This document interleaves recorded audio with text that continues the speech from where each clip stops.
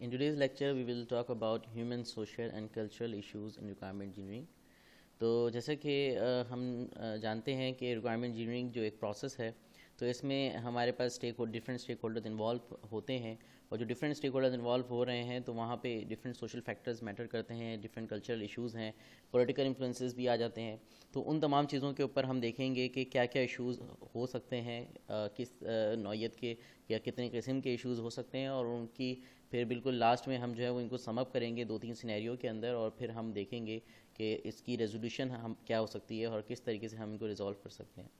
तो यहाँ पे अगर हम देखें तो इन तमाम चीज़ों को हैंडल करने के लिए अगर हम देखें ये जितनी भी इश्यूज़ हमारे पास रिक्वायरमेंट इंजीनियरिंग प्रोसेस के दरमियान आ सकते हैं, जो कि सोशल कल्चरल इश्यूज़ हों, तो ये तमाम चीज़ों के लिए हमारे पास एक जो रिक्वायरमेंट इंजीनियर है तो उसको टेक्निकल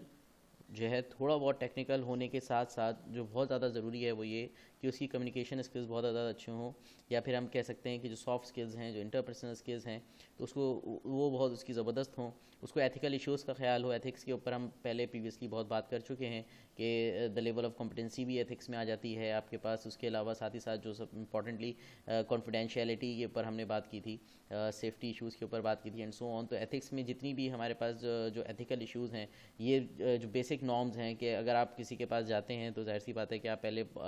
अपॉइंटमेंट लेके जाते हैं, तो ये बिल्कुल छोटी छोटी सी चीज़ें हैं। तो ये चीज़ें अगर एक रिक्वायरमेंट इंजीनियर को पहले से वो ख्याल करता है तो ये बहुत ज़्यादा मेजर इम्पैक्ट कर सकती हैं। तो हम ये छोटी छोटी चीज़ें देखेंगे कि बहुत सारी छोटी छोटी चीज़ें हैं जो कि हो सकती हैं कि कहीं नेगेटिवली भी असरअंदाज हो सकती हैं, कहीं पे पॉजिटिवली जो है वो हम उसको जो है अगर हम देखें तो बहुत हद तक जो है हम अगर इन चीज़ों का ख्याल करें तो ये पॉजिटिवली भी इन्फ्लुएंस कर सकती हैं हमारे स्टेक होल्डर्स को। तो यहाँ पे अगर हम जो है मज़ीद आगे बढ़ते हैं तो सोशल इश्यूज़ इन रिक्वायरमेंट इंजीनियरिंग अगर हम देखें तो यहाँ पे हमारे पास जब रिक्वायरमेंट इंजीनियरिंग को एक सोशल प्रोसेस में जब हम बात कर रहे हैं तो यहाँ पे हमारे पास जो डिफरेंट स्टेक होल्डर्स हैं उनमें हमें हमें हमारे पास क्लाइंट्स भी मौजूद हैं, इंजीनियर्स हैं, टीम रिक्वायरमेंट टीम है, डेवलपमेंट टीम है एंड सो ऑन। फिर उसके अंदर जो है वो डिफरेंट जो है वो और दूसरी इदारे भी आ जाते हैं, ठीक है। तो सेफ्टी के इदारे आ जाते हैं, डिफरेंट रेगुलेटरी अथॉरिटीज़ हमारे पास आ जाती हैं। तो यहाँ पे अगर हम देखें तो रिक्वायरमेंट इंजीनियरिंग जो है वो सिर्फ और सिर्फ एक फॉर्मल प्रोसेस नहीं है कि आपको सिंपली जो है रिक्वायरमेंट लिस्टेशन करनी है, एनालिसिस, नेगोशिएशन, सो ऑन। तो यहाँ पे हमें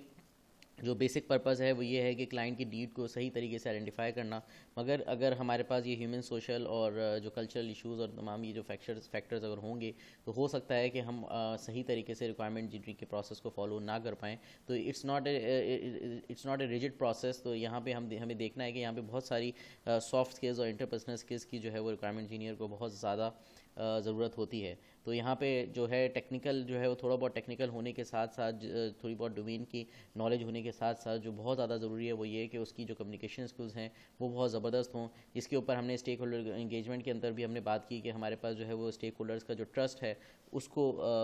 ट्रस्ट का जो डेवलप करना, कम्युनिकेशन को बेहतर करना, ये चीज़ जो है वो रिक्वायरमेंट इंजीनियर की जिम्मेदारी में बहुत हद तक आती है। तो अगर हम लोग रिक्वायरमेंट इंजीनियरिंग प्रोसेस को अगर हम देखें तो इसमें डिफरेंट स्टेक होल्डर्स शामिल हैं। मेजरली अगर हम देखें तो हमारे पास क्लाइंट ऑर्गेनाइजेशन होती है, डेवलपमेंट ऑर्गेनाइजेशन होती है और फिर अदर स्टेक होल्डर्स हैं। तो यहाँ पे अगर हम क्लाइंट ऑर्गेनाइजेशन को अगर हम देखें फिर मजीद जो हम डिस्कस करेंगे आज के लेक्चर में वो सिंपली डेवलपर ऑर्गेनाइजेशन में सिंपल रिक्वायरमेंट टीम और डेवलपमेंट टीम के ऊपर हम बात करेंगे, और साथ ही साथ फिर जो हमारे पास डिफरेंट इंटरेस्टेड पार्टीज़ हो सकती हैं जैसे कि डिफरेंट रेगुलेटरी अथॉरिटीज़ हो सकती हैं। तो यहाँ पे अगर हम देखें तो सिर्फ़ और सिर्फ हम क्लाइंट ऑर्गेनाइजेशन और डेवलपमेंट टीम की अगर हम देखें तो इसके ऊपर अगर हम बात करते हैं उसके अलावा जो एक्सटर्नल फैक्टर्स हैं जो कि रेगुलेटरी अथॉरिटीज़ के हैं तो ये भी बहुत ज़्यादा इम्पैक्ट करते हैं। जैसे कि हमारे पास अगर हम हमारे पास बजट जो है वो पहले से डिसाइड हो चुका है तो स्टॉक एक्सचेंज का हम देख सकते हैं कि स्टॉक एक्सचेंज जो है वो किस तरीके से ऊपर नीचे हो रही है। तो वहाँ पे हमारे बजटरी कंस्ट्रेंट्स भी जो है वो ऊपर नीचे हो सकते हैं। मज़ीद हमारे पास अगर हम देखें तो डिफरेंट रेगुलेटरी अथॉरिटीज़ या डिफरेंट हमें एक्सटर्नल फैक्टर्स का इतना ज़्यादा अंदाज़ा नहीं होता, जिसके अंदर जो है वो हमें कई सूरत में जो है बहुत ज़्यादा लॉस बेयर करना पड़ सकता है। तो जैसे कि एक छोटी सी मिसाल मैं अभी रिसेंटली की बताऊंगा कि जैसे कि मेरे एक कज़न है जो कि बायोमेडिकल इंजीनियर हैं, तो उनकी फ़र्म ने जो है वो सोचा कि क्योंकि वो हेल्थ केयर डिपार्टमेंट है तो वो हेल्थ केयर से रिलेटेड जितनी भी चीज़ें हैं तो वो डिफरेंट इक्विपमेंट्स भी बेचते हैं, और जिसके अलावा जो भी सेल्स डिपार्टमेंट में जो है वो सेल्स मैनेजर हैं तो सेल्स मैनेजर के हवाले से जो चीज़ मार्केट में इन होगी उस हिसाब चीज़ को वो बेचते हैं। तो उन्होंने ये चीज़ की उन्होंने देखा कि भाई कोरोना वायरस है, तो कोरोना वायरस की वजह से जो है उन्होंने कहा कि लोग जो है टेस्ट करना भी चाह रहे हैं अपने आप को, तो वहाँ पे हॉस्पिटल्स में उनको इन होने नहीं दिया जा रहा, तो वहाँ पे बड़ा इशू है। तो इसकी वजह से जो है उन्होंने, क्योंकि दुबई वगैरह में वो किसी एक चाइनीज़ ऑर्गेनाइजेशन से मिले थे, तो वहाँ पे उनसे उन्होंने कांटेक्ट किया और कहा कि भाई वहाँ पे चाइना से जो है अगर टेस्ट किट्स जो है वो इंपोर्ट हो सकें। तो उन्होंने जो है वो जो है वो एक बड़ा सा जो ऑर्डर है वो उन्होंने जो है वो बुक किया। ऑर्डर करने के बाद उसकी जो कॉस्ट थी वो तकरीबन जो लगभग उन्होंने अपना थोड़ा बहुत प्रॉफिट रख के तमाम चीज़ों को उन्होंने देखा कि उन्होंने जो ये कॉस्ट निकाली, तो वो एक टेस्ट किट की जो कॉस्ट है तकरीबन 800 रुपीज़ पड़ रही थी। तो 800 रुपीज़ की जो है उन्होंने तमाम डिस्ट्रीब्यूटर्स को भी कोट कर दी कि भाई 800 रुपीज़ की है, तो आप लोग अपने हिसाब से मार्केटिंग भी आप लोग भी शुरू कर दें। तो आप लोगों को आगे जो है वो कितने की भी बेचनी है, आप चाहें तो 1000 रुपये की बेचें, 1500 की बेचें, वो आपके ऊपर है। तो यहाँ पे अगर हम देखें तो 800 रुपये की जो उन्होंने जो भी चीज़ थी, अब वहाँ पे जो उनका माल था वो तमाम चीज़ें उनकी ज़िम्मेदारी सिर्फ इतनी थी कि वो माल जो है वो जो स्टॉक है वो सिर्फ जो है रिलीज़ कर देंगे। अब यहाँ पे वो किस तरह से क्लियरेंस होती है, क्या होता है, वो तमाम चीज़ें जो है इनकी ज़िम्मेदारी में थी, जो कज़न थे मेरे उनकी ज़िम्मेदारी में थी। तो अगर आप देखें कि अगर वहाँ पे उनकी ज़िम्मेदारी में वो अगर चीज़ों को लेते कि नहीं, वो तमाम चीज़ें क्लियरेंस वगैरह करा के आपको बाकायदा आपके ऑफिस में तमाम चीज़ें पहुँचाएंगे, तो शायद ये तमाम चीज़ें उनके लिए जो है मुश्किल हो जाती। तो हुआ ये कि जब चीज़ें यहाँ पे पहुँची, तो यहाँ पे पहुँचने के बाद उनको पता लगा कि जो सिंध हुकूमत है, वो सिंध हुकूमत ने जो है वो तमाम जितना भी हेल्थ केयर का जो जितने भी इक्विपमेंट्स वगैरह तमाम चीज़ें जो भी इंपोर्ट हो रही हैं, तो वो उसका जो 30% तक का जो है वो उन्होंने कहा कि हमारे इसका 30% तक अगर हमें देंगे तो हम इसको जो है रिलीज़ होने देंगे, अदरवाइज़ हम इसको रिलीज़ नहीं होने देंगे। तो वो जो है वो उनको 30% जो है वो अपनी प्रोडक्ट का कुछ हिस्सा जो है वो उनको देना पड़ गया। फिर 20% जो है वो डिफरेंट टैक्सेस वगैरह की सूरत में जो है वो उनको वो कॉस्ट बेयर करनी पड़ी। तो यहाँ पे तकरीबन उनको 50% का अगर हम देखें तो 50% उनके जो है वो मतलब जो उनका जो रेट था 800 का, तो उन्होंने 800 के बजाय वो 1600 ज़ाहिर सी बात है डिस्ट्रीब्यूटर्स को कोट करना पड़ा, और जो डिस्ट्रीब्यूटर्स हैं उन्होंने फिर आगे जो है मज़ीद जो है वो चीज़ों को आगे महंगा किया। तो यहाँ पे अगर हम देखें तो एक बड़ा कंस्ट्रेंट था कि हमारे पास ये कि जो रेगुलेटरी अथॉरिटीज़ होती हैं, तो वो अगर नहीं वो अगर आपको आपकी जो भी इक्विपमेंट्स हैं तमाम चीज़ें वो अगर क्लियर नहीं कर रही, तो आप वहाँ पे उनकी चीज़ों को मानने के लिए जो है वो हम वो मजबूर हो गए कि जाहिर सी बात है कि अब तमाम चीज़ें ज़ाहिर है वो स्टॉक को ज़ाहिर क्लियर भी कराना था, तो उस क्लियर कराने के लिए जो है वो तमाम चीज़ें उनको देखनी पड़ी। और वो अलग बात है कि वो जो जितने भी अथॉरिटीज़ हैं वो क्या कर रही हैं, जैसे सिंध हुकूमत वो उसको डोनेशन के नाम दे के वो कह रही हैं कि हम इतना डोनेट कर रहे हैं डिफरेंट हॉस्पिटल्स को एंड सो ऑन। तो यहाँ पे जो मकसद है कहने का वो ये है कि हम भी जब हम सॉफ्टवेयर की भी अगर हम बात करें तो हमें बहुत सारे जो है वो अगर हम रीयूजेबल कंपोनेंट्स की हम बात करते हैं या प्रोक्योरमेंट की बात करते हैं, तो हमें इन तमाम चीज़ों को देखना है कि जब हम प्रोक्योरमेंट की बात कर रहे हैं या दूसरी चीज़ों को कर रहे हैं तो बहुत सारी एक्सटर्नल फैक्टर्स हमें देखने हैं, जो हमें हेल्थ सर्टिफिकेट्स की भी ज़रूरत पड़ सकती है कुछ ख़ास डोमेन के ऊपर, और कुछ regulatory authorities different regulatory authorities हैं उनका हमें अप्रूवल हमें ज़रूरत उसकी पड़ सकती है। तो इन तमाम चीज़ों का भी एक बड़ा मेजर इम्पैक्ट जो है वो पड़ता है। मज़ीद हम जो है वो हम देखेंगे कि डिफरेंट सोशल इश्यूज़ जो हैं वो तकरीबन 6 एरियाज़ हैं सोशल इश्यूज़ के, जिसके अंदर हम क्लाइंट ऑर्गेनाइजेशन और डेवलपमेंट ऑर्गेनाइजेशन के दरमियान की ही बात करेंगे। तो पहला है हमारे पास within the client organisation, दूसरा within the requirements team, तीसरा between the client and the requirements team, fourth one is between the development and requirements team, and fifth one is within the development team, and then between the development team and the client. सबसे पहले अगर हम देखें तो issues within the client organisation, एक client organisation के दरमियान आपस में ही अगर हम देखें तो वहाँ पे ये चीज़ डिसाइड नहीं हो पा रही जैसे होती कि हमारे पास वहाँ पे जो डिफरेंट स्टेक होल्डर्स हैं, तो वहाँ पे मल्टीपल डिवीजन्स हैं, डिफरेंट ग्रुप्स हैं, डिफरेंट डिपार्टमेंट्स हैं, तो वो की कंसर्न बंदा कौन है, वो क्लाइंट कौन है जो कि जिससे हमें जिससे तमाम चीज़ों को डील करनी है, हमें तमाम चीज़ें जिससे हमें ट्रांसपेरेंट रखनी है। तो वो हमने जैसे पहले भी हमने बात किया, जो क्लाइंट कस्टमर यूज़र है उनमें जो सबसे मोस्ट इंपॉर्टेंट है वो ज़ाहिर है क्लाइंट है, क्योंकि ये वो बंदा है जो कि हमें पे कर रहा है। तो यहाँ पे हमें जो क्लाइंट है वो ऑब्वियस नहीं होता, जहाँ पे मल्टीपल शेयर होल्डर्स होते हैं। तो within the requirement within the client organisation जो है वहाँ पे डिपार्टमेंट्स जो डिफरेंट डिपार्टमेंट्स हैं, डिफरेंट स्टेक होल्डर्स हैं, उनके दरमियान जो है रिक्वायरमेंट खुद जो है वो उनको नहीं मालूम होती कि रिक्वायरमेंट क्या है, और बहुत सारी चीज़ें वो समझ रहे होते हैं कि बहुत सारी चीज़ें जो है वो अंडरस्टूड हैं, तो वो उन चीज़ों को सही तरीके से पोर्ट्रे नहीं कर रहे होते। तो यहाँ पे हमारे पास जितने भी, अगर हम देखें, जितने भी जो क्लाइंट ऑर्गेनाइजेशन में लोग हैं वो डिफरेंट, हो सकता है कि वो भी डिफरेंट डोमेन से हों। तो एक ही ऑर्गेनाइजेशन में, हमारी एक ही क्लाइंट ऑर्गेनाइजेशन में जो है डिफरेंट डोमेन से रिलेटेड जो है हमें काम करना पड़ सकता है। तो मज़ीद हमारे पास अगर हम देखें तो यहाँ पे जो है वो एक बड़ा कम्युनिकेशन जो है वो बैरियर हमारे पास हमें फेस करना पड़ सकता है कि अगर हमारे पास एक क्लाइंट ऑर्गेनाइजेशन के दरमियान आपस में ही इश्यूज़ हैं और वो उनको मालूम ही नहीं है कि उन्हें क्या चीज़ जो है वो बनानी है। और उसके अलावा ये कि लेट सपोज़ अगर आपने एक चीज़ बना के आप अगर एक प्रोटोटाइप भी दिखा रहे हैं, तो अगर आपको प्रोटोटाइप दिखानी है तो वो किसको दिखानी है, किसका अप्रूवल लेना है। तो हो सकता है कि आपने किसी एक ख़ास डिपार्टमेंट को या ख़ास नौइयत के लोगों को आपने जो है वो चीज़ को पोर्ट्रे कर दी तमाम चीज़ें, मगर अगर आपने दूसरे डिपार्टमेंट्स का अप्रूवल नहीं लिया या उनकी राय नहीं ली, तो जाहिर सी बात है कि वो भी हो सकता है कि इस सॉफ्टवेयर के यूज़र्स हों, और हो सकता है कि बाद में उनकी जो है वो डिससेटिस्फेक्शन की वजह से जो है वो सॉफ्टवेयर जो है वो इतना सक्सेसफुल ना रहे। तो यहाँ पे जो भी ऑटोमेटेड सिस्टम आप बनाने जा रहे हैं, तो हमें उसमें इस तमाम चीज़ों का देखना है कि इसमें जो इम्पैक्ट है, वो जो ज़बरदस्त इम्पैक्ट जो है वो तमाम यूज़र्स के ऊपर पड़ सकता है। तो तमाम यूज़र्स कौन है उनका अंदाज़ा करना, उसके अलावा जो क्लाइंट है वो कौन है सबसे मोस्ट इंपॉर्टेंटली, तो वो हमें जो है वो देखना है। तो जहाँ पे हमें हम जितनी भी इश्यूज़ की बात करेंगे, तो वहाँ पे जो हमारा फोकस हम देखें, तो हर चीज़ में हमें, अगर हम क्लाइंट से ट्रांसपेरेंट रहेंगे और तमाम चीज़ों को, जितने भी पॉलिटिकल इन्फ्लुएंसेस हैं, तमाम चीज़ें हैं, अगर हम किसी तरीके से क्लाइंट को एतमाद में ले लेते हैं, तो तमाम चीज़ों का हल जो है वो निकलना बहुत ज़्यादा हद तक आसान हो जाता है। कि हमारे पास अगर हमें क्लाइंट मालूम है और क्लाइंट के साथ हम जो है वो तमाम चीज़ें ट्रांसपेरेंट रखते हैं, या फिर अगर कोई जो है वो मीटिंग में नहीं आना चाह रहा, कोई आपको इन्फॉर्मेशन नहीं दे रहा, तमाम चीज़ें हैं, तो वो आप जो है वो क्लाइंट से रब्ता करके जो है वो आप पहले से ही चीज़ों को फॉर्मलाइज़ कर सकते हैं। भाई देखिए, मैं आप इन स्टेक होल्डर से जो हूँ, मैं ये मीटिंग करना चाह रहा हूँ, और उनको भी डिसिप्लिन फॉलो करना पड़ेगा, हम भी डिसिप्लिन फॉलो करेंगे। मगर अगर हमें क्लाइंट ही ऑब्वियस नहीं है, तो जाहिर सी बात है कि हम जो है वो क्लाइंट ऑर्गेनाइजेशन के दरमियान ही आपस में मसले मसाइल चल रहे हैं, तो और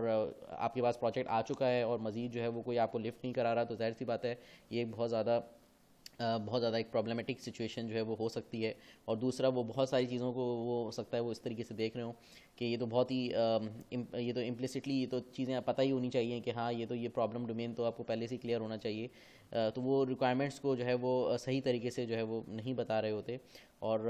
हर जो हो सकता है कि different group of stakeholders हैं, तो उनकी जो अंडरस्टैंडिंग है कि क्या चीज़ बननी है वो बिल्कुल डिफरेंट हो, वो बिल्कुल डिफरेंट एस्पेक्ट से जो चीज़ों को सोच रहे हो। तो ये भी एक बहुत ज़्यादा मुमकिन हद तक जो है वो हो सकता है। लेट सपोज एक एग्जांपल के तौर पे, अगर एक एजुकेशन सेक्टर में ही सॉफ्टवेयर बनना है, तो हो सकता है कि वहाँ पे एजुकेशन सेक्टर में आपस में जो डिफरेंट डिपार्टमेंट्स हैं, तो डिफरेंट डिपार्टमेंट्स उसको जो है वो अब डिफरेंट डिपार्टमेंट से देख रहे हो कि भाई एकेडमिक्स के पास ये राइट्स होने चाहिए, और दूसरा डिपार्टमेंट कह रहा हो कि भाई एकेडमिक्स के पास ये राइट्स होने चाहिए, ये रिपोर्टिंग जो है वो, ये रिपोर्ट्स जो है वो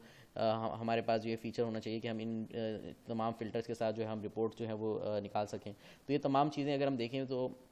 with in the organisation, within the client organisation ही अगर इश्यूज़ चल रहे हो, तो ये बहुत ज़्यादा जो है वो एक प्रॉब्लमेटिक सिचुएशन जो है वो हो सकती है। फिर issues within the requirement team, तो ये भी एक फैक्टर है कि हमारे पास अगर जो रिक्वायरमेंट टीम है वो आपस में सही तरीके से, उनकी आपस में ही जो है अंडरस्टैंडिंग नहीं है, और उनको नहीं मालूम कि एक ऑर्गेनाइज वे में किस तरीके से काम किया जाना है, कैसे काम करना है। तो वहाँ पे हो सकता है कि जो रिक्वायरमेंट्स टीम है उसके अंदर कुछ जो है वो न्यूली हायर्ड हैं और कुछ जो है वो एक्सपीरियंसड हैं। तो यहाँ पे हो सकता है कि आपस में इनकी जो है वो बनती भी ना हो, और वो किस तरीके से डिफरेंट मेथड से काम करने के आदी हों। तो यहाँ पे अगर हम देखें, तो बहुत हद तक जो ऑर्गेनाइजेशन है उसके हवाले से अगर हम देखें, तो ये बहुत ज़्यादा ज़रूरी है कि एक ऑर्गेनाइज वे में जो है वो रिक्वायरमेंट टीम जो है वो काम कर रही हो। तो यहाँ पे जैसे लिखा है कि what team members think about organisation and how jelled requirement team is, कि अगर एक ऑर्गेनाइजेशन में जो रिक्वायरमेंट टीम है वो सही से जेल्ड नहीं होगी, जेल्ड से मुराद है कि एक सॉलिड रिक्वायरमेंट टीम नहीं होगी, तो वहाँ पे बहुत मुश्किल हो सकता है कि तमाम चीज़ें जो है वो बहुत ज़्यादा बुराई की तरफ जा सकती हैं। तो यहाँ पे जेल्ड रिक्वायरमेंट टीम से मुराद हमारे पास ये है कि जैसे कि हमारे पास अगर कोई दो लोग अलग अलग काम कर रहे हैं, तो हो सकता है कि उनकी प्रोडक्टिविटी इतनी ज़्यादा ना हो, तो एक बंदा जो काम कर रहा है उसके अंदर एक ही बंदे का रिजल्ट दिख रहा है, और दूसरा जो बंदा काम कर रहा है उसमें भी एक ही बंदे का काम रिजल्ट दिख रहा है। मगर हो सकता है कि जो एक अच्छी टीम होती है वो ये होती है कि अब यही दो बंदे, जब हम इन दो बंदों को मिला लें, तो वो इस ऑर्गेनाइज वे में काम करें कि ये दो बंदे जो एक और एक जो बंदे हैं, ये एक और एक दो का जो है आउटपुट देने के बजाय ये जो है 11 बंदों की प्रोडक्टिविटी जो है हमें यहाँ पे दिख रही हो। तो इस तरह की अगर हम देखें तो ये जेल रिक्वायरमेंट टीम अगर हमारे पास इस तरह की होगी कि वो आपस में एक चीज़ ज़बरदस्त ऑर्गेनाइज वे में काम को शेयर करके अपनी अंडरस्टैंडिंग के हिसाब से अगर काम कर रहे हैं तमाम चीज़ों के, तो यहाँ पे हमारे पास ये बहुत ज़्यादा हद तक ये इशूज़ जो है रिजॉल्व हो सकते हैं। तो हमें देखना है कि वो जितने भी रिक्वायरमेंट टीम में जो लोग हैं वो आपस में उनकी अंडरस्टैंडिंग होनी चाहिए और उनके आपस में इश्यूज़ जो हैं वो नहीं होने चाहिए। मजीद issues between the client organisation and the requirement team, जो मेन हमारे पास है कि एक क्लाइंट ऑर्गेनाइजेशन और रिक्वायरमेंट टीम के दरमियान जो डिफरेंट इशूज़ हैं, तो डिफरेंट इश्यूज़ हैं हमारे पास जो है वो हमें देखने को मिलते हैं। क्लाइंट ऑर्गेनाइजेशन में पॉलिटिकल इन्फ्लुएंसेस का एक बहुत बड़ा फैक्टर है कि हमारे पास जितने भी इदारे अगर हम देखें तो छोटे से बड़े इदारे तक, हर इदारे में अगर हम देखें तो बहुत सारे पॉलिटिकल इन्फ्लुएंसेस भी हैं। हम इन तमाम पॉइंट्स के ऊपर भी डिस्कस करेंगे। इसके अलावा अगर हम देखें तो बहुत सारे इदारों में जो क्लाइंट ऑर्गेनाइजेशन के कुछ लोग होते हैं जो कि चाहते ही नहीं कि जो है वो सॉफ्टवेयर वजूद में आए। तो यहाँ पे हमारा जो अगर हम देखें तो बहुत ज़्यादा मुश्किल हो सकती है। लेट सपोज हम देखते हैं कि एक बिल्कुल छोटा सा एंड यूज़र है, वो जो है वो कुछ इस तरह की रिक्वायरमेंट्स बता रहा है जिसमें उसके कुछ हो सकता है कि उसके कुछ जो है वो भले की बात हो रही हो, उसका कोई काम आसान हो रहा हो, मगर उससे कोई ऑर्गेनाइजेशन को फ़ायदा नहीं हो रहा, या वो हो सकता है कोई ऐसी चीज़ कर रहा है जिसका वो शायद मिसयूज़ कर सकता हो आगे जाके। तो ऐसी कोई फीचर की डिमांड वो कर रहा है। तो यहाँ पे हमें ये भी देखना है कि हम हो सकता है कि उस एंड यूज़र को जो है हम फौरी तौर पे मना कर दें कि भाई इसकी जो प्रायोरिटी है वो तो बहुत कम है, कोई मसला नहीं है। मगर हो सकता है कि यही जो छोटा सा एंड यूज़र है इसकी जो जो ताल्लुकात हैं वो आपके जो मैनेजरियल लेवल के लोग हैं उनके साथ हों। तो हमें हो सकता है कि वहाँ से भी इश्यूज़ देखने को मिलेंगे। वो कहें कि नहीं, ये जो आपका हमारा जो एंड यूज़र है इसकी बात आपको सुननी है और वो जो भी कह रहा है आपको जो है उस चीज़ को इम्प्लीमेंट करना है। तो ये तमाम चीज़ें अगर हम देखें तो हमें इन तमाम चीज़ों को देखना है। तो हमें ये तमाम चीज़ों के लिए हमने देखा कि जो क्लाइंट है हमें उसको देखना है कि वो क्लाइंट से हम जल्दी से जल्द जो है वो उससे हम ट्रांसपेरेंट हो जाएं। अदरवाइज़ अगर हम, जाहिर सी बात है, क्लाइंट का ट्रस्ट इतनी जल्दी जो है वो नहीं जीता जा सकता। तो यहाँ पे हमें कुछ हद तक जो है वो जो पॉलिटिकल इन्फ्लुएंसेस हैं तो वहाँ पे हमें भी पॉलिटिकली जो है वो चीज़ों को देखना पड़ेगा कि हम जो है उस टाइम पे हम जो है उस चीज़ से हम एग्री कर जाएँ कि हाँ ठीक है, चलें हम ये फ़ीचर हम अप्लाई कर देंगे, इम्प्लीमेंट कर देंगे। और वक्तन फ़वक्तन जैसे ही हम जब सॉफ्टवेयर डेवलप होना शुरू हो जाए और हम रिलीज़ देना शुरू हो जाएं तो हमारी कोशिश होनी चाहिए कि अगर हम क्लाइंट से डायरेक्ट हो चुके हैं तो हम उसके सामने चीज़ें रख देंगे, भाई देखो ये देखें ये फ़ीचर्स थे, मगर ये फ़ीचर जो है वो इससे बिज़नेस ग्रोथ पे जो है वो कोई पॉजिटिव इम्पैक्ट नहीं पड़ रहा, नेगेटिवली इम्पैक्ट जो है वो शायद पड़ सकता है। तो अगर ये चीज़ फिर भी नहीं हो पा रही तो फिर हम कह सकते हैं कि भाई ये तमाम चीज़ें हम जो है वो आगे रिलीज़ में कभी दे देंगे, मगर फ़िलहाल फॉर द टाइम बीइंग हम जो है वो इस चीज़ को इम्प्लीमेंट नहीं कर सकते क्योंकि हमारे पास टाइम कंस्ट्रेंट्स हैं, बजट कंस्ट्रेंट्स हैं और उनके अंदर ही हमें काम करना होता है। तो हम अपने हिसाब से चीज़ों को मैनेज करते हुए चलेंगे। तो ये तमाम चीज़ें हमें बहुत हद तक हैंडल करनी होती हैं क्योंकि हमारे पास जो पॉलिटिकल इन्फ्लुएंसेस हैं वो बहुत ज़्यादा नेगेटिव इम्पैक्ट जो है वो क्रिएट कर सकते हैं। इस हद तक नेगेटिव इम्पैक्ट क्रिएट कर सकते हैं कि हो सकता है कि हमारा एक छोटे से एंड यूज़र की वजह से हमारा जो प्रोजेक्ट है वो हमारे हाथ से निकल जाए। तो ये भी एक सिचुएशन हो सकती है क्योंकि जाहिर सी बात है कि जो मैनेजरियल लेवल के लोग हैं और उससे अगर उस छोटे से एंड यूज़र की ताल्लुकात हैं और वो मैनेजरियल लेवल का जो शख्स है उसकी जो ताल्लुकात हैं वो क्लाइंट के साथ हैं जो कि आपको पे ऑफ करने वाला है, तो वो जो क्लाइंट है उससे अगर उसके ताल्लुकात हैं तो जाहिर सी बात है कि वो आपकी बात नहीं सुनेगा, वो जाहिर सी बात है उस मैनेजर की बात सुनेगा। तो यहाँ पे ये बहुत ज़्यादा पॉलिटिकल इन्फ्लुएंसेस अगर हम देखें तो बेहद किस्म के जो है ये पॉलिटिकल इन्फ्लुएंसेस हमें देखने को मिल सकते हैं।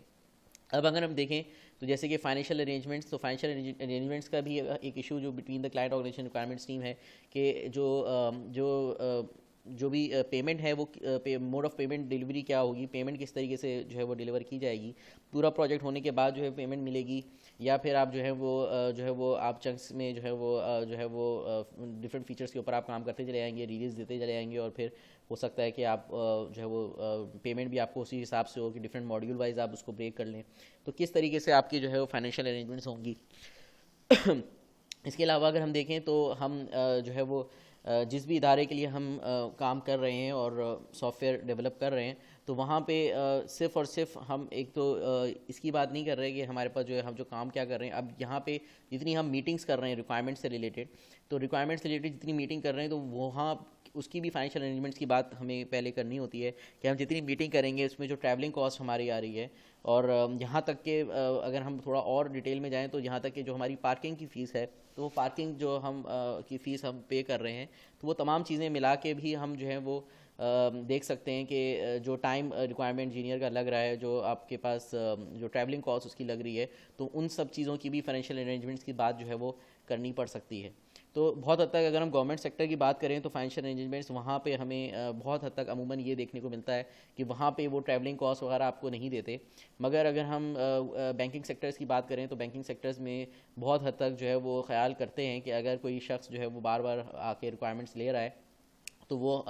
उसके जो है ट्रैवलिंग कॉस्ट के या फिर उसके जो टाइम के भी पैसे जो है वो दे रहे होते हैं। तो ये तमाम चीज़ें हमें पहले से डिसाइड करनी होती हैं कि फाइनेंशियल अरेंजमेंट्स जो हैं वो क्या होंगी। तो ये तमाम चीज़ें देख जो है वो एक कुछ इश्यूज़ हैं जो कि प्रॉब्लमेटिक सिचुएशंस जो हैं बाद में जो है वो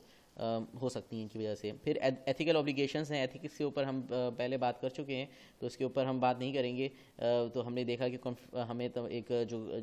जो भी हमारे कस्टमर हैं, जो उनकी जो कॉन्फिडेंशियलिटी है, उन तमाम चीज़ों को हमें मद्देनज़र रखना है। और अपार्ट फ्रॉम दिस हमें उसके अलावा भी जो डिफरेंट एथिक्स हैं उनका ख्याल करना है कि उनसे किस तरीके से मिलना है, उनको किस तरीके से उनको ग्रीटिंग्स देनी है, किस तरीके से जो है वो उनसे अपॉइंटमेंट लेना है, अपॉइंटमेंट लेके उनके पास जाना है, अदरवाइज़ जो है वो बग़ैर अपॉइंटमेंट यहीं जाना है। उसके अलावा किस तरीके से उनको बात करनी है, कौन सी बात उनको अच्छी लग सकती है, कौन सी बात उनको बुरी लग सकती है, क्या टर्म्स जो हैं वो या क्या जो है नॉन वर्बल इश्यूज़ जो हैं उनको भी हम साथ में रख सकते हैं कि नॉन वर्बल इश्यूज़ भी अक्सर हो सकते हैं कि हम जो है वो कुछ नॉन वर्बल इस तरह की एक्टिविटी करें जो कि हो सकता है कि उनको बहुत ज़्यादा जो है वो अच्छी ना लगे। तो फिर इसी तरीके से हमारे पास लीगल सेफगार्ड्स हैं। तो लीगल सेफगार्ड्स में हमारे पास बहुत हद तक हम देखें तो जैसे कि एथिकल तो है ही है कि हमारे पास जो है हम कॉन्फिडेंशियलिटी वगैरह का ख्याल रखें, मगर इसके अलावा भी जो है अगर हम देखें तो जब हम किसी प्रोजेक्ट पे काम कर रहे होते हैं तो वहाँ पे एक एनडीए जो है वो एक एग्रीमेंट जो है नॉन डिस्क्लोजर एग्रीमेंट जो है वो साइन कराया जाता है कि आप हमारी जितनी भी डिटेल्स हैं वो हमारा जो भी डाटा है, जो तमाम चीज़ें हैं, तो कोई भी हमारी जो इन्फॉर्मेशन है वो लीक नहीं होनी चाहिए। और ख़ास तौर पे जो भी कॉम्पिटिटर्स हैं उनसे तो लाजमी तौर पे जो है वो कोई लीक जो है वो तमाम चीज़ें नहीं होनी चाहिए। तो यहाँ पे जो एनडीए हम देखें तो एक नॉन डिस्क्लोजर एग्रीमेंट है कि आप तमाम चीज़ें जो है वो आपके और हमारे दरमियान है, और ये जो इन्फॉर्मेशन है वो जो है वो जो है मज़ीद जो है वो आगे कहीं और जो है वो डिलीवर नहीं होनी चाहिए। तो इस तरह के डिफरेंट लीगल सेफगार्ड्स हो सकते हैं। फिर एक फैक्टर पर्सनल रिलेशनशिप्स का भी है कि हो सकता है कि रिक्वायरमेंट्स टीम में से कोई एक शख्स जो है वो उसके पहले से कोई पर्सनल रिलेशनशिप्स हों उस क्लाइंट ऑर्गेनाइजेशन में, तो वो जो है वो किसी को फ़ायदा पहुंचाने की कोशिश कर रहा हो। तो हो सकता है कि किसी एक दो बंदों की वजह से जो है वो प्रोजेक्ट पे असर पड़े, या फिर हो सकता है कि जैसे कि हमारे यहाँ गिफ्ट टेकिंग का एक कॉन्सेप्ट है जिसको हम रिश्वत के तौर पे हम कह सकते हैं रिश्वत है, तो वो एक बड़ा कॉन्सेप्ट है। और ये ह्यूमन नेचर में चीज़ें हैं कि एक इंसान जो है वो हर इंसान कहते हैं कि हर इंसान का तो नहीं कहना चाहिए, मगर एक हर से मुराद यहाँ पे मेजॉरिटीज़ मुराद है कि बहुत हद तक जो है वो लोग जो है वो बहुत आसानी से अपना ईमान बेच देते हैं, और फौरी तौर पे उनका कहते हैं कि हर इंसान की कोई ना कोई कीमत है। कोई अगर 10 रुपये में नहीं बिक रहा तो 100 में बिक जाएगा, 100 में नहीं तो लाख में बिक जाएगा, लाख में नहीं तो कोई चीज़ उसको अजीज़ होगी तो वो उससे बिक जाएगा। तो वो तमाम चीज़ें हमें देखने को मिल सकती हैं कि हो सकता है कि गवर्नमेंट सेक्टर में या कहीं पे कोई शख्स जो है वो एक इस तरह का काम जो है वो आपसे ले लेगी जिसके अंदर वो अपने मतलब का काम जो है वो निकाल सके। तो वो तमाम चीज़ें भी हमें यहाँ पे देखनी है कि कोई इस तरह का रिलेशनशिप जो है वो ना हो। तो इसके लिए एक स्ट्रिक्ट पॉलिसी जो है वो डेवलपर ऑर्गेनाइजेशन की तरफ से भी होनी चाहिए और क्लाइंट ऑर्गेनाइजेशन की तरफ से भी होनी चाहिए कि ये तमाम चीज़ें ट्रांसपेरेंट हों और कोई भी ऐसी चीज़ें ना हो कि जिसके अंदर एक किसी के ज़ाती मुफाद की बात हो रही हो। तो यहाँ पे हमारे पास जैसे कि हमने अगर हम देखें तो ये एक बड़ी हकीकत है, और ख़ास तौर पे अगर हम अपने लोकल इन्वायरमेंट के हिसाब से अगर हम देखें तो यहाँ पे जो बड़े से बड़ा इदारा हो, छोटे से छोटा इदारा हो, चाहे हम यहाँ तक कि हम एजुकेशन सेक्टर की भी बात करें या हेल्थ केयर डिपार्टमेंट की बात करें, या फिर हम जो है वो डिफरेंट अगर हम लॉ के हिसाब से अगर हम देखें तो जितने हमारे पास जो लीगल मैटर्स हैं हर जगह अगर हम देखें, या फिर अगर एक छोटे से रेडी वाले को भी हम देखें तो वहाँ पे जो है झूठ, धोखा और ख़यानत जो है वो बददियानती जो है वो बहुत ज़्यादा आम है। तो अगर हम ये कह कोई अगर शख्स ये कह दे कि भाई सारे जो हैं वो सब में जो है वो झूठ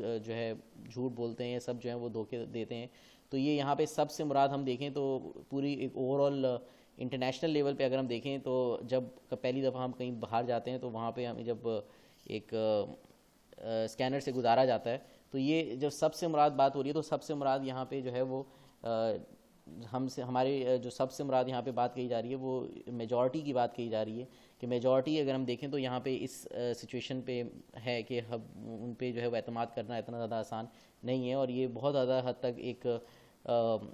शर्मिंदगी की बात है। और हमें चाहिए कि हम इंडिविजुअली हर शख्स जो है वो अपना एक अच्छा रोल अदा करे, ताकि ये जो एक कुछ हद तक हम कह सकते हैं कि हाँ शायद ये स्टीरियोटाइपिंग है, मगर ये स्टीरियोटाइपिंग इसलिए नहीं है क्योंकि ये ऑन स्टैट्स है कि हमारे पास जो है वो हमारे यहाँ जो है वो झूठ बहुत ज़्यादा है, हमारे यहाँ धोखाधड़ी बहुत ज़्यादा है, और जो कि एक मुसलमान के लिए तो दूर की बात, एक इंसान के लिए भी जो है वो एक अच्छी चीज़ नहीं है कि एक इंसानियत के अंदर भी अगर हम देखें तो किसी को धोखा देना, किसी का हक खा लेना, किसी के साथ नाजायज़ करना, झूठ बोलना, किसी को नुकसान पहुंचाना, ये किसी इंसानियत के अंदर भी नहीं है। मुसलमानियत तो के अंदर तो बहुत दूर की बात है, तो मुसलमान होना तो दूर की बात, वो इंसान कहने के लिए भी लायक नहीं होता। तो ये तमाम चीज़ें अगर हम देखें तो ये फैक्ट्स हैं, और इन फैक्ट्स को हमें इस पर कोई अगर हमें आईना दिखाए तो हमें उस आईना देख के हमें शर्मिंदगी महसूस होनी चाहिए, जबकि हम इस पर जो है हमें आगे हमें इस चीज़ को रियलाइज़ करना है कि जाहिर सी बात है कि तमाम चीज़ें फैक्ट्स मौजूद हैं। तो यहाँ पे हमने देखा कि जो पर्सनल रिलेशनशिप्स है, गिफ्ट टेकिंग है, और जो रिश्वत, तमाम चीज़ें हमने देखा। तो इन तमाम चीज़ों के लिए कोई स्ट्रिक्ट पॉलिसी जो है हमारे पास होनी चाहिए, और अगर कोई इस चीज़ की खिलाफ वर्जी करे तो उसके ऊपर स्ट्रिक्ट एक्शन होना चाहिए। तो उस स्ट्रिक्ट एक्शन के हिसाब से जो है वो, ताकि वो दूसरों के लिए फिर एक सबक जो है वो मौजूद हो। फिर हमारे पास एक और इशू है, वो है डिनाइल ऑफ इंफॉर्मेशन। तो डिनाइल ऑफ इंफॉर्मेशन की अगर हम बात करें तो यहाँ पे ये कि बहुत सारे लोग जो हैं वो इंफॉर्मेशन छुपाते हैं और आगे इंफॉर्मेशन नहीं देना चाहते। तो ये अगेन अगर हम देखें तो ये हमारा एक बड़ा अलमिया है कि लोग जो हैं वो नहीं चाहते कि उनके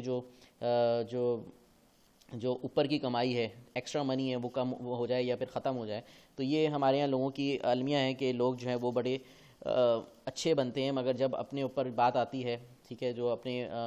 अपने मफाद की बात आती है तो वहाँ पे लोग पीछे हट जाते हैं। तो यहाँ पे उसी तरीके से है कि जो लोग हैं वो इन्फॉर्मेशन नहीं दे रहे, इन्फॉर्मेशन को रोक रहे हैं, आपसे मीटिंग नहीं कर रहे टाइम पे। तो ये तमाम चीज़ें हमें क्लाइंट के साथ डायरेक्ट होके इनके जो है वो हमें बहुत हद तक चाहिए कि हम इन चीज़ों को डिस्क्लोज़ करें कि कौन से लोग हैं जो कि यूज़फुल स्टेक होल्डर्स हैं और कौन से हैं जो कि अनयूज़फुल स्टेक होल्डर्स हैं। अदरवाइज़ हमने देखा कि बहुत हद तक अगर हम देखें तो अगर आप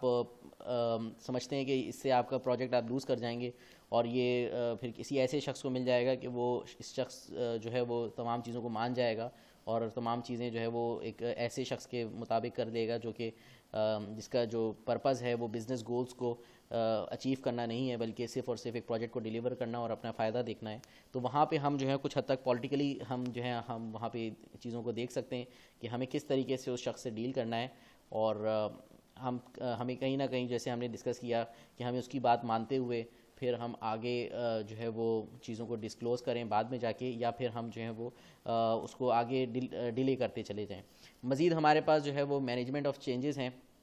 कि हमारे पास मैनेजमेंट चेंजेस से मुराद हमारे पास है कि जो चेंजेस अगर हम देखें तो changes are inevitable and changes are acceptable and changes are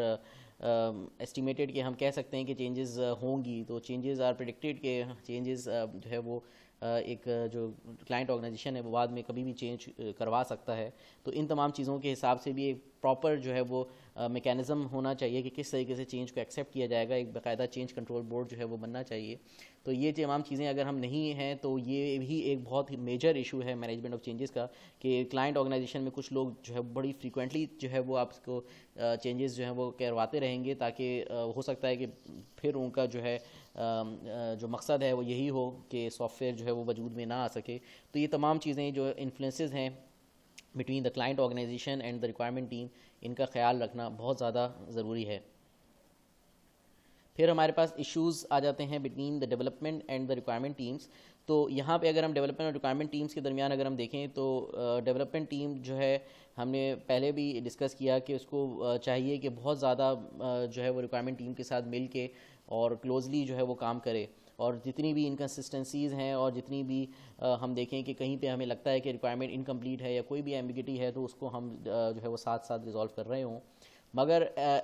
बहुत हद तक अगर हम रियलिटी के ऊपर हम देखें तो ऐसा नहीं होता। ऐसा इसलिए नहीं हो पाता क्योंकि जो रिक्वायरमेंट की जो टीम है, रिक्वायरमेंट टीम जब एक रिक्वायरमेंट कंप्लीट कर लेती है, अपनी रिक्वायरमेंट जिनका प्रोसेस कंप्लीट कर लेती है, उसके कंप्लीट करने के बाद जाहिर सी बात है कि उसको डिफरेंट प्रोजेक्ट्स के ऊपर रिक्वायरमेंट्स लेनी होती है, तो वो दूसरे प्रोजेक्ट्स के ऊपर चले जाती हैं, उनको कोई दूसरा टास्क जो है वो असाइन हो जाता है। आगे जो काम है वो डिज़ाइनर्स और डेवलपर्स के पास जब आ जाता है तो वो अपने आप को बड़ी ज़ुम्मा समझते हैं।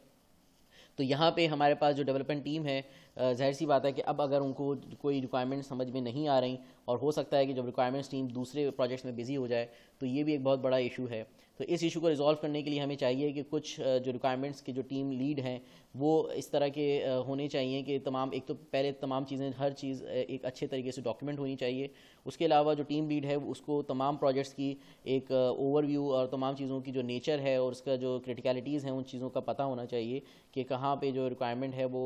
किस हद तक एम्बिगुअस है और कौन सी रिक्वायरमेंट्स का क्या मतलब है। तो वो तमाम चीज़ें, क्योंकि हमने देखा कि नेचुरल लैंग्वेज पे जब हम देखते हैं तो नेचुरल लैंग्वेज में बहुत सारे इश्यूज़ जो हैं वो आ सकते हैं। हम उसके ऊपर बहुत हद तक जो है वो हम कोशिश करते हैं कि एनालिसिस नेगोशिएशन करें और तमाम चीज़ों के साथ उन चीज़ों को रिजॉल्व करें, मगर फिर भी हो सकता है कि कोई रिक्वायरमेंट ऐसी हो जो कि फिर भी एम्बिगुअस हो। तो वहाँ पे हमारे पास जो टीम लीड है या कोई जो रिक्वायरमेंट टीम का जो एक ज़िम्मेदार शख्स है, वो इस चीज़ के लिए हम कह सकते हैं कि वो उसकी ज़िम्मेदारी सिर्फ और सिर्फ ये हो कि वो तमाम रिक्वायरमेंट्स, जितनी भी प्रोजेक्ट्स की रिक्वायरमेंट्स हैं, उन तमाम का उसको पता हो और तमाम चीज़ें ज़बरदस्त तरीके से डॉक्यूमेंट हो कि जब भी कोई चीज़ जो है वो पूछी जाए तो उसकी डिटेल जो है वो मौजूद हो। तो ये तमाम चीज़ें भी इश्यूज़ हमें देखने को मिल सकते हैं। मज़ीद अगर हम देखें तो इश्यूज़ ऑफ डेवलपमेंट टीम, कि डेवलपमेंट टीम को बहुत हद तक अगर हम देखें तो रिक्वायरमेंट्स का एक बड़ा फैक्टर ये भी है कि यहाँ पे जो डेवलपमेंट टीम है बहुत हद तक इनके साथ जो है वो गलत किया जा सकता है या फिर डीमोरलाइज़ किया जाता है कि उनको जो है एक मज़दूर की तरह से जो है वो डील किया जाता है और जो है वो काम लेके उनको दे दिया जाता है, उनको एक मशीन की तरह से कंसिडर किया जाता है। तो ये भी एक बड़ा फैक्टर है जिसकी वजह से उनका हाई टर्नओवर रेट होता है। अगर हम एक ऑर्गेनाइजेशन देखें जहाँ पे बिल्कुल एक ट्रेडिशनल वे में काम हो रहा है, तो हम देखें कि जहाँ पे एजाइल फॉलो हो रहा है वहाँ पे तो आपका जो टर्नओवर रेट है वो इतना हाई नहीं होता, मगर जहाँ पे एक ट्रेडिशनल वे फॉलो हो रहा है कि जहाँ पे जो है वो बहुत ज़्यादा जो है वो ओवर टाइम जो है वो करवाया जा रहा है और बहुत ज़्यादा जो है वो प्रेशर जो है वो बिल्ड किया जाता है और डेडलाइंस जो है वो दिए जाती हैं, तो वहाँ पे अगर हम देखें तो टर्नओवर रेट बहुत ज़्यादा होता है, लोग छोड़ के चले जाते हैं। तो आधी रिक्वायरमेंट अगर ये या कुछ हद तक रिक्वायरमेंट कुछ अगर लोग शख्स डेवलपमेंट टीम समझ के उस पर काम करना शुरू भी कर देती है, तो फिर वहाँ पे टर्नओवर रेट इतना ज़्यादा होता है कि लोग 6 महीने में, 8 महीने में, साल में जो है छोड़ के चले जाते हैं। तो फिर दोबारा से रिक्वायरमेंट इंजीनियर जो है वो आए और उसको समझाए दूसरे डेवलपमेंट टीम को या डेवलपमेंट के जो की पर्सन है उनको, तो ये बहुत ज़्यादा जो है मुश्किल हो जाता है। फिर उसके अलावा जो डेडलाइंस हैं वो भी फिर बहुत तेज़ी से जो है वो स्लिप होना शुरू हो जाती हैं और इसके बहुत सारे रीज़न हो सकते हैं। तो वो तमाम रीज़न्स जो है वो यहाँ पे डिस्कस करना जो है वो मकसद नहीं है, मगर ये कि जो डेडलाइंस स्लिप होती हैं तो उसकी वजह से भी हमारे पास जो हम देखें तो ये भी हमारे पास सोशल इश्यूज़ की वजह से हैं कि अगर एक सोशली अगर हमारे पास तमाम चीज़ें डेवलपमेंट टीम को अगर वहाँ डेवलपमेंट टीम जो है वो कमिटेड होगी और उनको एक सेल्फ ऑर्गेनाइज टीम होगी, तो वहाँ पे हमारे पास जो टर्नओवर रेट है वो इतना ज़्यादा नहीं होगा और फिर हो सकता है कि वहाँ पे डेडलाइंस भी जो है वो उस हिसाब से स्लिप ना हो। तो मज़ीद अगर हम देखें तो डेवलपर्स डिसलाइक डॉक्यूमेंटेशन, तो ये एक बड़ा अलमिया है कि डेवलपर्स जो हैं वो डॉक्यूमेंटेशन को बिल्कुल भी पसंद नहीं करते और वो डेवलपर्स जो हैं वो एक बस इस तरीके से चाहते हैं कि बस फौरी तौर पे जो भी काम है वो चीज़ बस हो जाए और कोई डॉक्यूमेंटेशन या कोई भी कमेंटिंग या इस तरह की जो बेस्ट प्रैक्टिसेस हैं उनको वो फॉलो नहीं करना चाहते। तो ये भी एक बड़ा इशू है जो कि हमें इसकी तरफ नज़रसानी करनी चाहिए। देन हमारे पास डेवलपमेंट टीम्स में have to communicate with clients directly, इसके अलावा जो है क्लाइंट्स के साथ या फिर जो हमारे पास डिफरेंट स्टेक होल्डर्स हैं उनके साथ डेवलपमेंट टीम का भी एक इंट्रैक्शन होना ज़रूरी है ताकि डेवलपमेंट टीम को मज़ीद जो है वो तमाम चीज़ों क्लियर हों कि जो बेटर अंडरस्टैंडिंग उनको डेवलप हो कि प्रोजेक्ट्स की क्या क्या उसके अंदर क्रिटिकलिटीज़ हैं, क्या पॉसिबिलिटीज़ हैं, क्या लिमिटेशंस हैं, और इनिशियल डेवलपमेंट के लिए भी और आगे जो मेंटेनेंस के लिए भी जो डेवलपमेंट टीम है जब रिक्वायरमेंट लेने जा रहे हों तो वहाँ पे कम से कम जो है वो रिक्वायरमेंट इंजीनियर, क्वालिटी एश्योरेंस के शख्स के साथ साथ डेवलपमेंट टीम की जो बंदा है उसको भी जो है साथ में लेकर लाजमी तौर पे जाया जाए, तो along with project manager and so on. तो यहाँ पे अगर एक टीम जाती है तो वो मतलब टीम जो है वो एक डेवलपमेंट टीम के शख्स को भी एक अहमियत देने की ज़रूरत है। अगर वहाँ पे डेवलपमेंट टीम को किसी अहमियत में नहीं रखा जाता, उनको सिर्फ एक मशीन कंसिडर किया जाता है कि उनको रिक्वायरमेंट दे दी जाए और वो जस्ट जो है वो उसको बहुत आसानी से समझ के इम्प्लीमेंट कर दें, तो ये बहुत ज़्यादा मुश्किल है। देन हमारे पास मज़ीद कल्चरल इश्यूज़ हैं। अच्छा, कल्चरल इश्यूज़ की अगर हम बात करें तो जैसे कि अगर हम देखें तो जिस तरह से एडवांसमेंट हुई है, तो उसके हिसाब से हमारे पास लोकल प्रोजेक्ट्स के अलावा हमारे पास जो है वो बहुत ज़्यादा प्रोजेक्ट्स इस तरह के होते हैं जो कि ग्लोबली डिफरेंट जगहों से हमें प्रोजेक्ट्स मिल रहे होते हैं। तो डिफरेंट जोग्राफिकल सिचुएशंस में हमें वहाँ पे डिफरेंट क्लाइंट्स हमारे पास होते हैं जो कि डिफरेंट कल्चर से बिलोंग करते हैं। तो वहाँ पे हमें बहुत सारी चीज़ों का ख्याल रखना होता है। जैसे कि सबसे पहले तो आगे टाइम जोन डिफरेंस, तो जहाँ पे हमारी रात हो रही है तो वहाँ दिन हो रहा है, वहाँ की दिन हो रहा है तो हमें यहाँ की रात हो रही है। तो इन चीज़ों को बहुत हद तक हमें टैकल करना है कि किस तरीके से हमें उनके टाइम जोन को जो है वो अडॉप्ट करना पड़ेगा, या फिर कोई इस तरह का टाइम निकालना पड़ेगा जिसमें हम इजीली जो है वो कम्युनिकेट कर सकें और तमाम चीज़ें जो है वो डिफरेंसेस को जितना हद तक हम ख़त्म कर सकें उतना हम ख़त्म करें। तो टाइम जोन डिफरेंस है। उसके अलावा जो एक बहुत ज़बरदस्त इशू है वो है लैंग्वेज एंड टेक्नोलॉजी डिफरेंसेस का, कि वहाँ पे हो सकता है कि जब हम एक लार्ज डिस्टेंस में जब हम बात कर रहे होते हैं तो वहाँ पे हो सकता है कि वो बहुत सारी उनकी जो लैंग्वेज या जो टर्मिनोलॉजी जो हम यूज़ कर रहे होते हैं अपनी आम ज़िंदगी में और वो जो यूज़ कर रहे होते हैं, तो उनके दरमियान एक ज़बरदस्त जो है वो डिफरेंस है। जैसे कि मैं अगर एग्जांपल के तौर पे आपसे डिस्कस करूं कि छोटी सी एग्जांपल है कि लेट सपोज़ अगर हम यूएस के अंदर अगर हम कहें 1 बिलियन, तो अगर आप लिखें बिलियन यूएस, गूगल अगर आप करके देखना चाहें तो आप कर सकते हैं। तो यूएस के अंदर जो बिलियन है वो कंसिडर किया जाता है 1 विद 9 ज़ीरोज़, जबकि यही अगर आप बिलियन लिखेंगे यूके के अंदर तो वहाँ पे जो बिलियन का जो अगर हम देखें तो 1 विद 12 ज़ीरोज़ जो है वो कंसिडर किया जाता है। तो इट्स अ ह्यूज डिफरेंस कि वहाँ पे अगर हम देखें तो बिल्कुल डिफरेंट है और यहाँ पे बिल्कुल डिफरेंट है। तो ये बिल्कुल हम देखें तो बिल्कुल लैंग्वेज एंड टर्मिनोलॉजी डिफरेंसेस की वजह से है। मज़ीद अगर हम कुछ चीज़ें देखें तो बहुत छोटी छोटी चीज़ें हैं जिसका हम देखें तो बहुत ज़्यादा डिफरेंस मौजूद है। जैसे कि अगर हम जॉगर्स की बात करें तो यहाँ पे अगर आप किसी से जॉगर्स बोलेंगे तो हो सकता है कि उसके दिमाग में जॉगर शूज़ आ जाएं जिसको पहन के जो है वो पार्क में लोग जो है वो दौड़ते फिरते हैं। तो जबकि यही चीज़ अगर आप इंग्लैंड में किसी से बोलेंगे तो वहाँ पे जो जॉगर्स हैं वो उनका जो पहला जो उनकी चीज़ जहन में आएगी वो जॉगर्स, वहाँ पे वो जो जिसको हम अमूमन ट्राउज़र्स कह रहे होते हैं, तो जॉगर्स वहाँ पे पैंट्स को कहा जाता है। जबकि जब आप ट्राउज़र कहेंगे तो ट्राउज़र वहाँ पे जो है वो शूज़ कंसिडर किए जाते हैं। वहाँ पे जैसे ही आप ट्राउज़र कहेंगे तो वो ट्राउज़र से उनके जहन में शूज़ आएंगे और वो कभी भी उसको ट्राउज़र पैंट्स की तरफ से नहीं देख रहे होंगे। तो ये बिल्कुल छोटे छोटे से डिफरेंसेस हैं। या फिर अगर हम देखें कि लेट सपोज़ हम कहते हैं कि जिस तरह से हम कह रहे होते हैं कि जैसे कि हम अमेरिकन और ब्रिटिश की हम बात करें तो अमेरिकन और ब्रिटिश में ही इतना डिफरेंस है, और हमारा पाकिस्तान का सबसे बड़ा अलमिया ये है कि हम कुछ हिस्सा ब्रिटिश से ले लेते हैं, कुछ अमेरिकन से ले लेते हैं, तो हमें खुद कंफ्यूज होते हैं कि हम किसको फॉलो कर रहे हैं। तो यहाँ पे अगर हम देखें कि अगर हम जो पोटैटोज़ अगर हम कट करके जो हम देखें जो हम खा रहे होते हैं तो वो फ्रेंच फ्राइज़ अगर हम देखें तो ये अमेरिकन वर्ड है फ्रेंच फ्राइज़, जबकि इसी को जो ब्रिटिश में हम देखें तो चिप्स कहा जाता है। इसके अलावा जो हम जो है वो जो अगर हम दुकान से ख़रीद के लेज़ वगैरह खा रहे होते हैं तो लेज़ वगैरह अगर हम देखें तो अगर आप किसी से कहें कि मैं लेज़ चिप्स खा रहा हूँ तो वो इंग्लैंड में अगर आप किसी से कहेंगे तो वो आपका बहुत मजाक उड़ाएगा, क्योंकि वहाँ पे जो ये जो जितने भी अगर हम देखें ये तमाम चीज़ें क्रिस्प कहलाती हैं, तो ये वहाँ पे डिफरेंट टर्मिनोलॉजी यूज़ होती है। तो वो जो चीज़ आपके लिए क्रिस्प है वो जो चीज़ आपके लिए अगर आप कह रहे हैं कि जैसे लेस चिप्स, तो वो आपका बहुत ज़्यादा मजाक उड़ाएगा क्योंकि वो क्रिस्प है, वो चिप्स नहीं है। जबकि अगर यही चीज़ अगर आप देखें कि अगर आप अमेरिकन में जो है वो आलू के चिप्स जो है वो, या फिर अगर आप जो है वो पोटैटो जो है वो चिप्स कहेंगे तो वो हो सकता है जो वो आपका एक अमेरिकन जो है मजाक उड़ाए, वहाँ पे वो चीज़ फ्रेंच फ्राइज़ कही जाती है, वो चिप्स नहीं कही जाती। तो ये बहुत ज़्यादा अगर हम देखें तो छोटी छोटी डिफरेंसेस हैं, तो जिसकी वजह से ज़्यादा कुछ नहीं तो आपके एक बुरा इम्पैक्ट जो है वो पड़ सकता है, कि वो हो सकता है कि उनको ऐसा लगे कि आपको जो है वो बिल्कुल बेसिक चीज़ें जो है वो नहीं मालूम,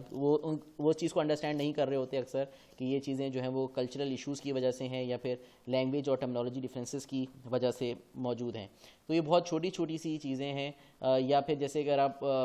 हॉकी की अगर आप बात करेंगे, किसी यूएस में कहीं पे हॉकी के, हमारा जो नेशनल जो स्पोर्ट है वो हॉकी है, तो वो हो सकता है कि वो हमारे वाले हॉकी के बजाय वो आइस हॉकी के तरफ उसका दिमाग चले जाए। तो यहाँ पे अगर हम देखें तो बहुत छोटी छोटी से डिफरेंसेस हैं जो कि मौजूद हैं। करेंसीज़ के डिफरेंसेस हैं। करेंसीज़ में जैसे कि हम अगर जैसे चाइल्ड्स करेंसी की अगर हम बात करें तो चाइल्ड्स में जहाँ पे हम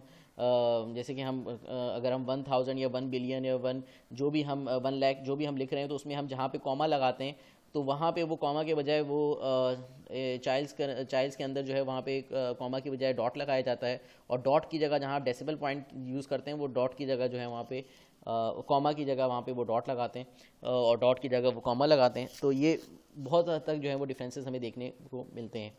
फिर इसी के साथ साथ हमें रिलीजियस और रेशियल डिफरेंसेस का भी सामना होता है। फॉर एग्जांपल अगर आपके पास कोई आपका कोई शख्स जो है वो रिक्वायरमेंट इंजीनियर जो है वो किसी ऐसे शख्स से मिलता है जो कि डिफरेंट रिलीजियस या रेशनल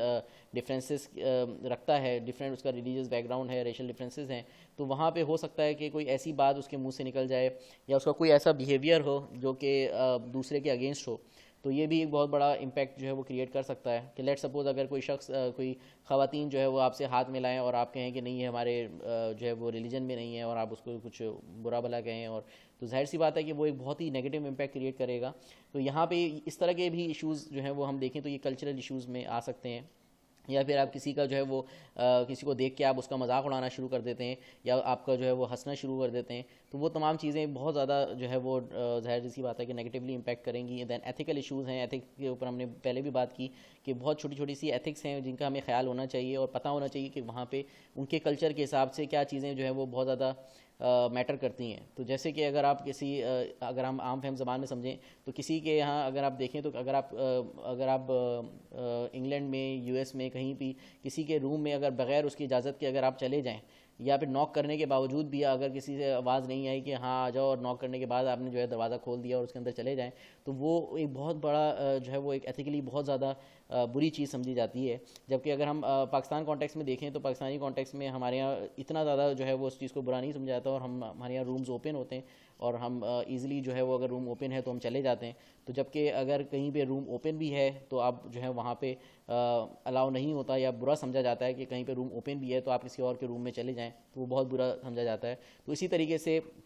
हो सकता है कि कहीं पे बहुत बुरा समझा जाता हो कि आपने अपॉइंटमेंट नहीं लिया और आप जो है डायरेक्ट कहीं पे मिलने चले गए, या फिर आप कोई भी जो आपका ग्रीटिंग का तरीक़ेकार है वो हो सकता है कि किसी को बहुत ज़्यादा बुरा लगे, या आपकी कोई भी जो आप